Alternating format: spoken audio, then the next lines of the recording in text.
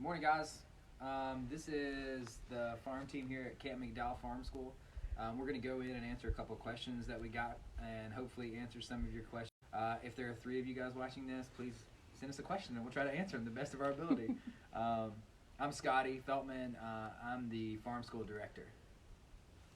And my name's Aubrey Gallegos. I'm the farm manager.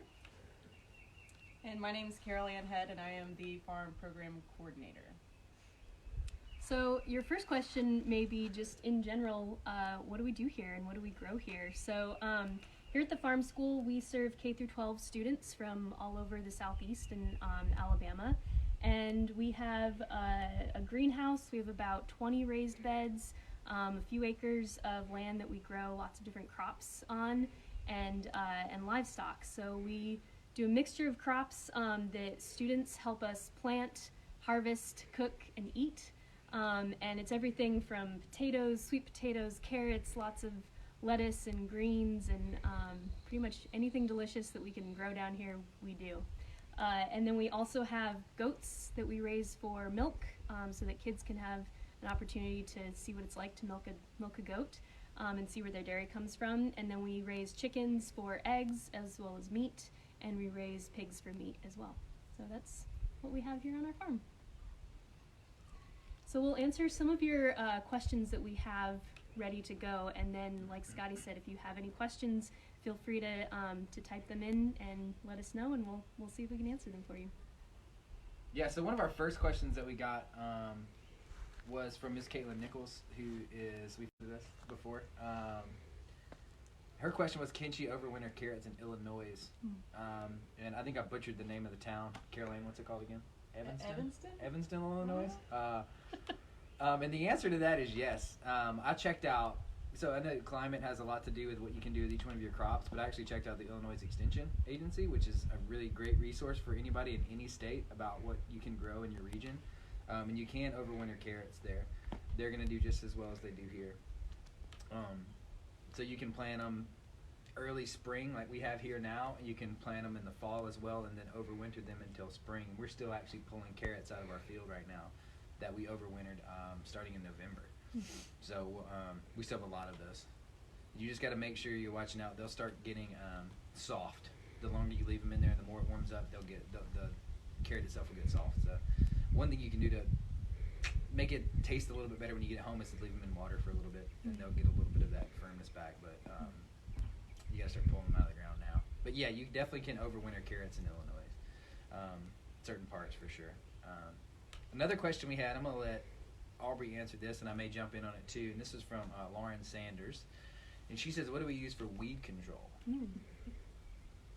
Yeah, so we use a few different methods. A certified organic farm, but we do practice organic methods, and we want to make sure that we're not using chemicals here because we have so many kids out on the farm, and we want them to be able to harvest and eat and try. So we mainly use organic methods from our staff, and the kids who come visit, they help us out on the farm as well. So we have a few different tools that we use to manage weed control. We use stirrup hose. We use these tools called a 3-tine cultivator.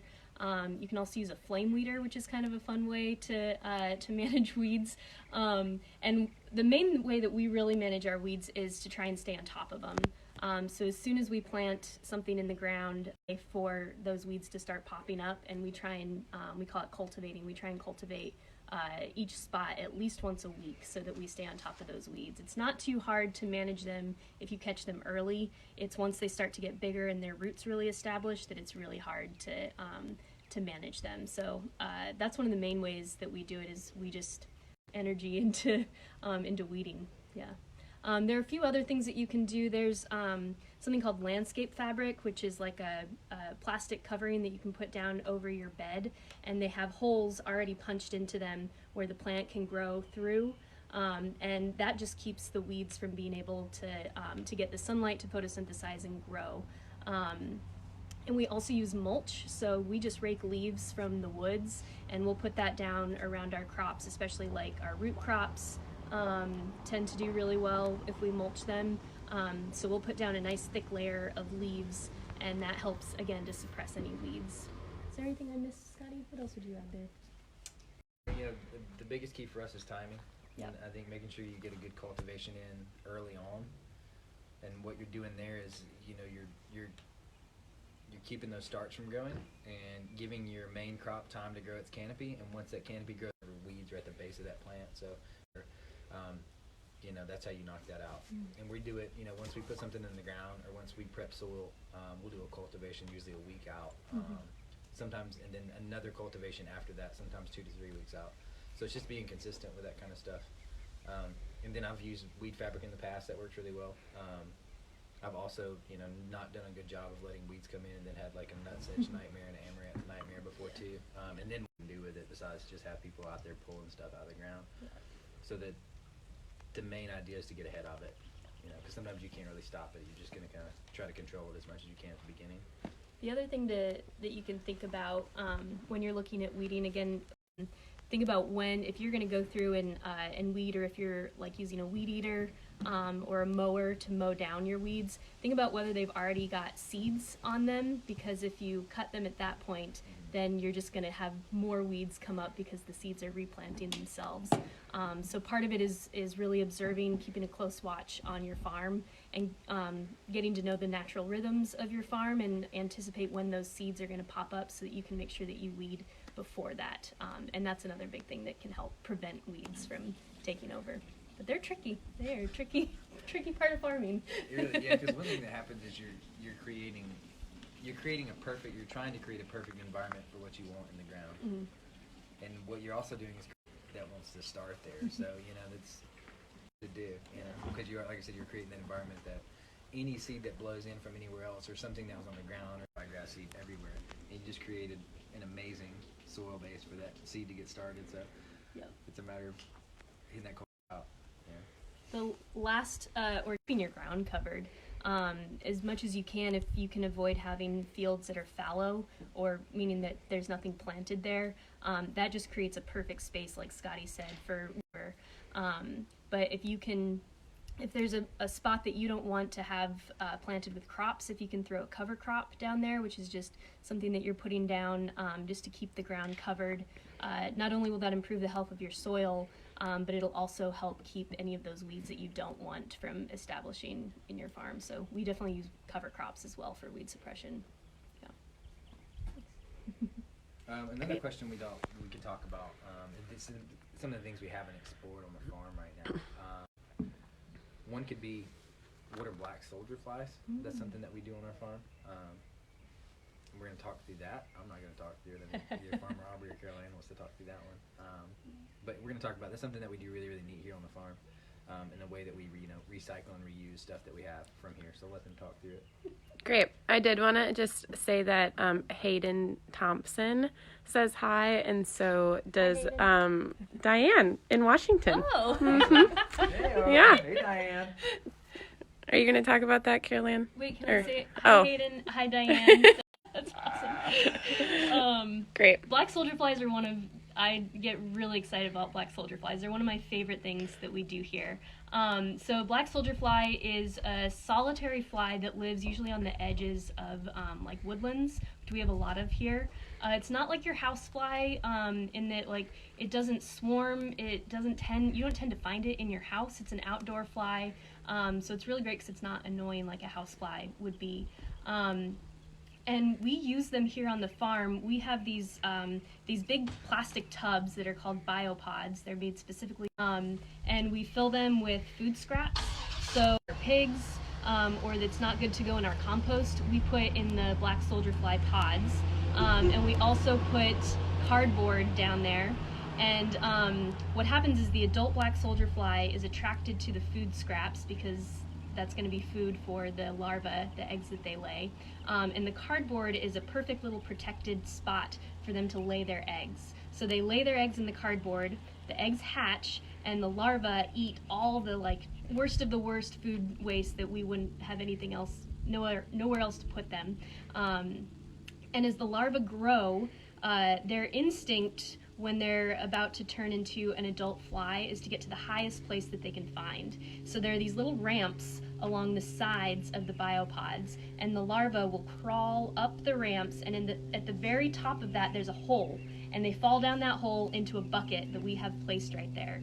And then we feed those larvae to our chickens and our pigs, and they go crazy for them. And it's an amazing source of protein for them. It's really good, good protein, and it's a free source of protein for us to feed our animals, and a great way for us to use food waste that we wouldn't otherwise be able to recycle back into the energy cycle. So it's a really fun, cool thing that we're able to do here. And if you're interested, I'd recommend you looking them up and seeing if you can start your own. You can build your own biopod if you want, or you can purchase them. And there's a lot of really good resources for that online if you look up black soldier flies. Super fun. Who usually Great. throws the black soldier flies into the chicken? Isn't it usually the little bitties? Isn't it magnolia usually? Oh yeah, Magnolia usually come to raid our sometimes black soldier flies? it's our sometimes our nature preschool does it, but a lot of times here, like we have a Big Bug World class where the students who come here get to explore insects around the farm, and so they'll often go collect the black soldier flies. And when it's at its peak, the pharmacology class. When it's at its peak, we'll have like this thick a layer of just larvae, black soldier fly larvae, and they're not slimy. They're really cool. Like you can hold them in your hand. They're really fun. They travel well. They travel well. Yeah. Where did they travel to? We've taken some. We took them to a conference. They were great. They did wonderful. We ate them for snacks on the way home. Gross. Oh, that's wonderful. Just talked them in there. Yeah. And then another thing we haven't talked about this, is other types of composting that we have on the farm. We have a 3-chambered system that we do, and that's for a large scale compost. And that's just where you do a flip every couple of weeks and move over, and by the end of that system of flipping, then you'll have your finished compost. And another type that we do, we got to get back on that. I don't know how much we've gotten after it though. Is an in-ground vermicomposting bin, which is really neat, where we use worms to do our composting. So that creates a finer compost with a lot more worm castings in it, and it's super nutrient rich. That stuff's really amazing. We just can't produce it in as much bulk as we can the 3-chamber system that we use. Go ahead. No, yeah, go ahead. I'm going to interrupt you real quick. We have a couple serious questions. The first one is, who's the best farmer? That's from Delaney. So, Of the three of us? yeah, or you could throw everyone in there, but I would love to know just from the three of you who the best. Yeah. Well, it's not me. You know what the real answer is, Delaney? The best farmers who all have different strengths, and I was that's gonna true. do that. I think that's very true. Yeah, I think everybody here has different things that they can bring to our team, and that's why we're all together. I don't think anybody here is the best at everything, but I think people are really good at doing certain things here. And then we're also, another thing that makes us a really strong farm team, I think, is that we also listen to other people's ideas. And we have a lot of interesting people that come to our space, not only to work with us, but also to visit. And, we take a lot of that stuff in. We do a lot of professional development where we try to be open to, trying new stuff out and doing new farming methods. Because, I've farmed a certain way for a long time, and then I've changed some stuff since I've been here just based off, where it's at, the different type of farm that we're doing, because we come from different backgrounds, I think, in different places. And what makes it, I think, really work for us is that we all work together in it, and we all kind of share, we share the burden and lead where we can lead and help out where we can too. So, Awesome. Andrew's not here. He's also knows this land better than any of us sitting here. So we pull from that a lot too. And use him as a resource, and I think that's one of the best things about being out here is all the amount of people that kind of work together. Delaney. No, that was a great answer. Carrie Ann Atkinson is asking, is there a season that you farmers enjoy more than other seasons?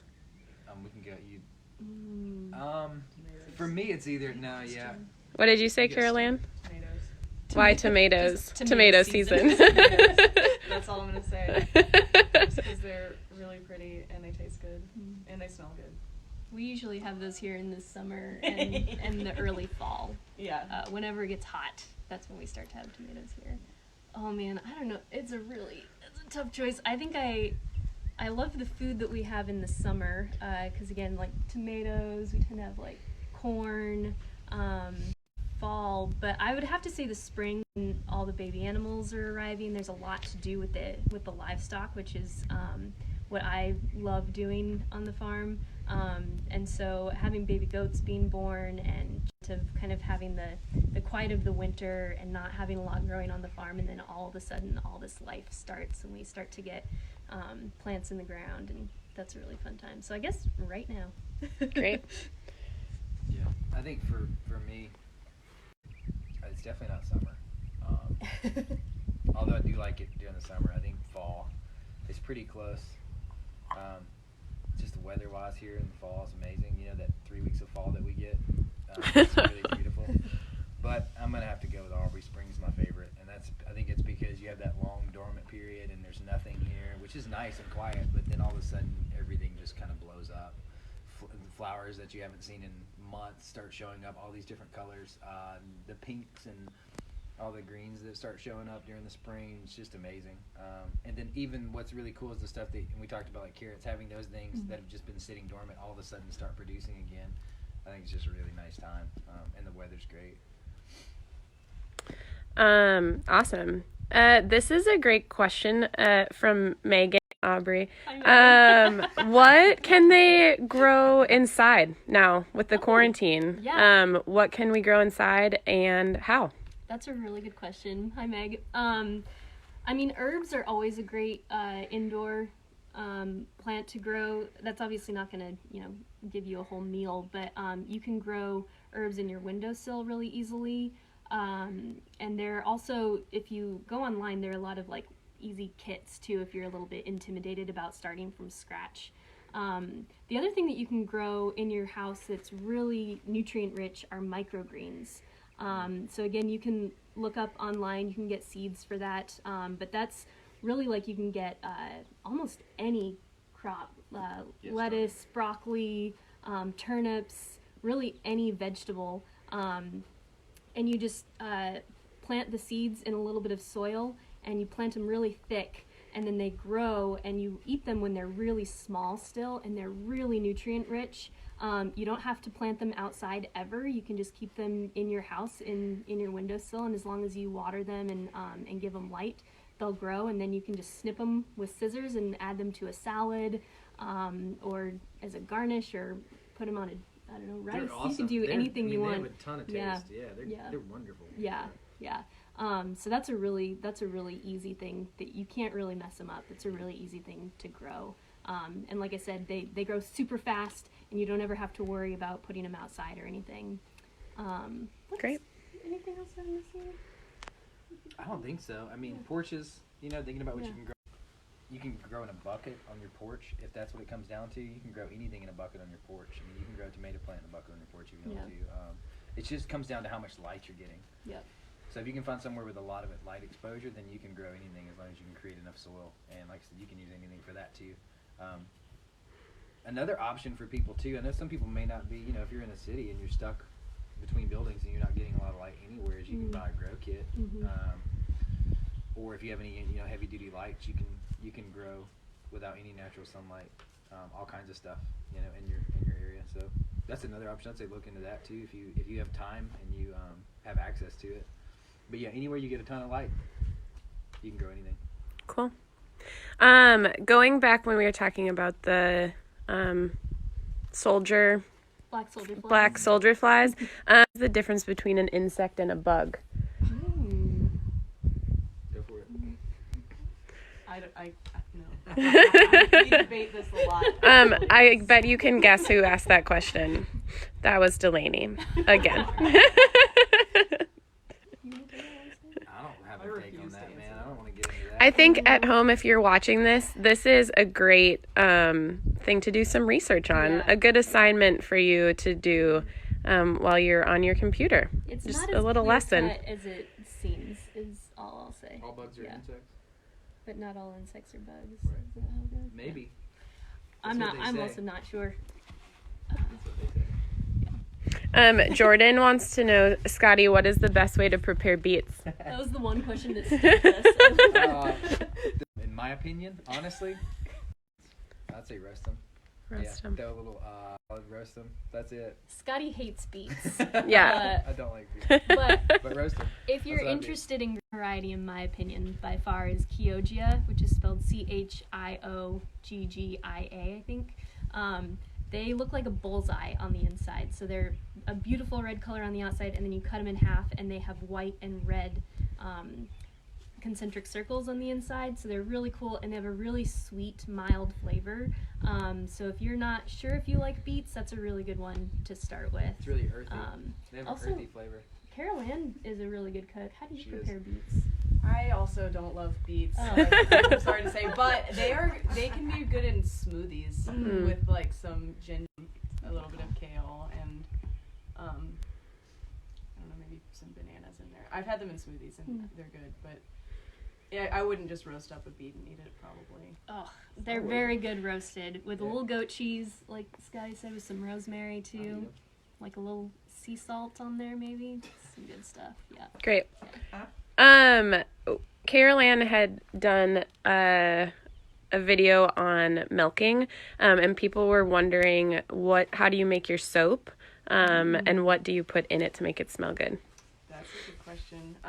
So there are actually a few different recipes that we've tried out with the soap.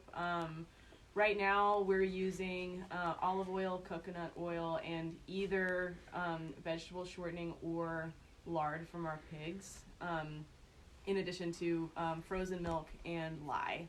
And the process of that is that you heat up the oils and mix them together, and then you add the lye to the milk, and it melts the frozen milk, and you don't want it to get too hot. And then you immersion blender all of the things together.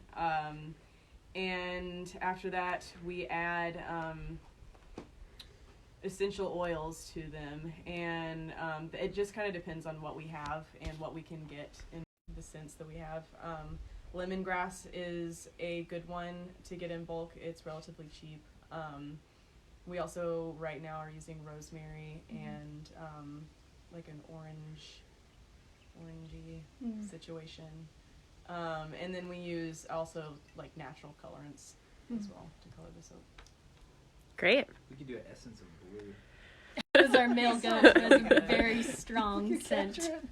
Very strong scent. Make an essential oil out of blue. That'd be messed up. Great. Those of you that are tuning in, we're answering some questions. Well, I'm not. These three are. Answering questions. Anything that you have, they have some prepared questions, but if you have any questions at home that you want to ask them, go ahead and put it in the comments. Did you get all of the ones? Yeah, but there? I guess we could talk through this too. I think some people are wondering maybe what's in season right now. Mm-hmm. So what you know, if you're getting groceries ordered in, or you're going to pick up groceries or whatever's happening there, you know, you're going to want to get what's in season right now. It's going to have the most flavor. So things that we're growing and harvesting out of the field right now are roots. So radishes and turnips, carrots. We're harvesting greens right now too. A couple of mixed green beds that we grew, and then we're harvesting collard greens, a bunch of different varieties of kale. We're harvesting a ton of spinach right now, chard. I'm sure there's some other stuff I'm missing. Onions, yeah, we have some onions that we're harvesting too. I think that about covers what we're doing. There's probably other things you can definitely be growing right now. Anything that's a root, you could probably harvest it at this point. Potatoes maybe not, but the rest of the stuff that we're growing, I'd say yes. We always have herbs. So we're at our teaching kitchen right now around us, so that they're within easy reach when we cook. So perennials are really nice to have for that reason, because then you always have herbs pretty much year round. And we also have a few flowers that we overwintered that lasted through the frosts of the winter and are now starting to flower. So we grow, mainly we've been growing edible flowers. So the ones that we have right now are called bachelor buttons. They're a great flower for overwintering, and they're really fun to add to salads. I also love to freeze them in ice cube trays, and you can put them in your water or tea, and it makes it look really pretty. Wow. And you can also just like straight throw them into a tea that you make, and they don't have a strong flavor. They're just pretty. Fun to eat cute things. Cute plants. Very true. Almost strawberry season too. Our Yeah. strawberries are flowering. They'll be producing pretty soon too. And then we'll be putting things that we're going to be putting, you know, our tomatoes in the ground, and then our peppers will start going in pretty soon. All that stuff's been in the greenhouse, so it's about time to start transplanting that stuff. Okra. Yeah, okra. And we're also getting ready to put our cucumbers in the ground as well, and we'll get some beans and peas going too. It's gonna be a lot of food, and corn. We're gonna be sowing corn pretty soon as well. Yeah, and watermelon. It's gonna be delicious. Yeah, so we just terminated most of our cover crop too. Mm-hmm. So we did a cover crop video, and we actually just terminated that and mowed it, and then we went in and tilled it into our soil. And we have it covered with a silage tarp right now. And that silage tarp is just, trapping that heat and helping decompose all that organic matter. And then we'll pull that back, and then in that section up there, that's actually going to be tomatoes and peppers are going to go in and then we'll start adding flowers and stuff too. So we're in a tricky spot in Alabama in that we don't know if our frost is done or not. The last frost day is not passed yet, and it's gotten not super close, but 38, 40, which is close. So if you put certain crops in the ground and it freezes, they'll be eliminated, which is something we're trying to avoid right now. Yeah. So we're trying to I don't know, it's a guessing game every year kind of, because you want to get them in, but you also, if you get them in too early and then they could all die, then you just wasted your time. So a couple of things you can do to trap heat though, or you can plant stuff on your high tunnel if you do have a high tunnel, or you can do a frost cloth, which is what we do here sometimes, and it's like a super thin bed sheet that you put over your plants, and then it just traps a little bit of that heat in. So it can get you 5 to 10 degrees, I think, which is nice. That's how we keep those flowers from freezing up all summer or all winter. Good. One other question of you that are watching, if you have any questions, now is your time to put those in there. That was just Rogie over there. He's okay.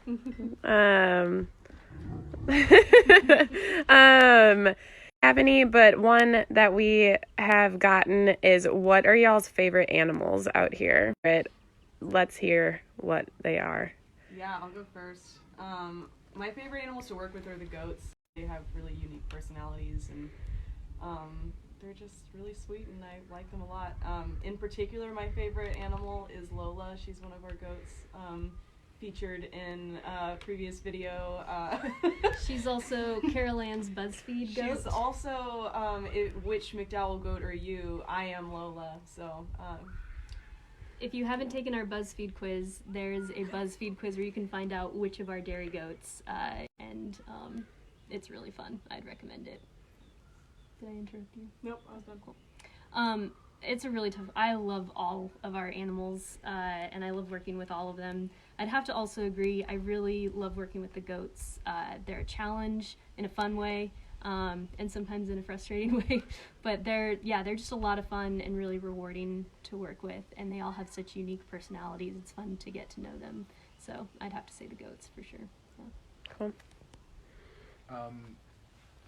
Current, before that, it would be our last batch of field pigs, which are our like CUNY hybrid mix.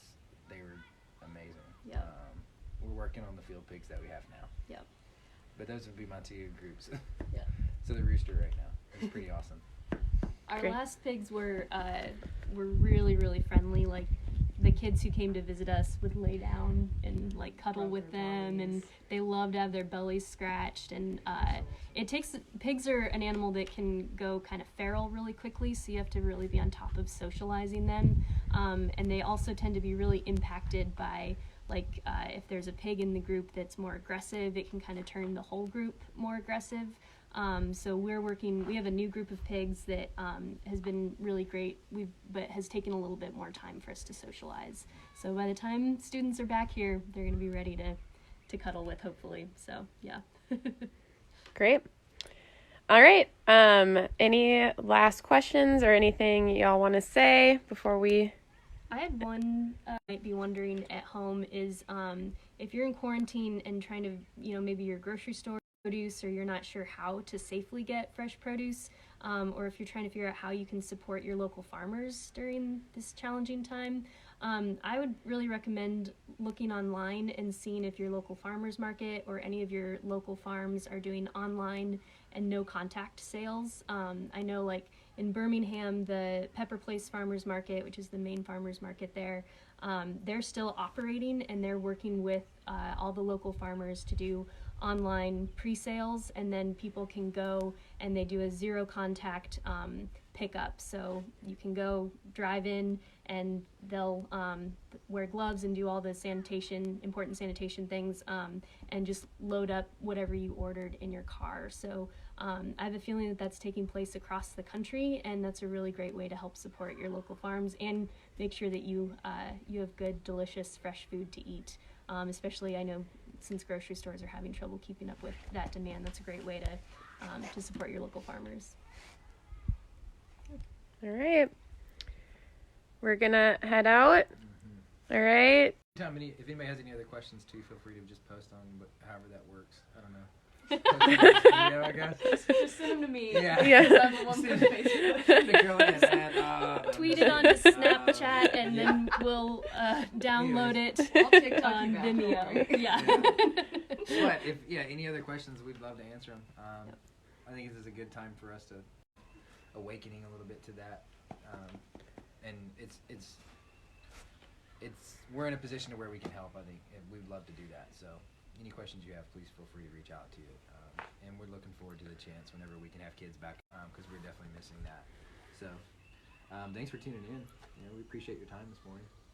All right. Thanks, y'all at home. everyone. We miss you.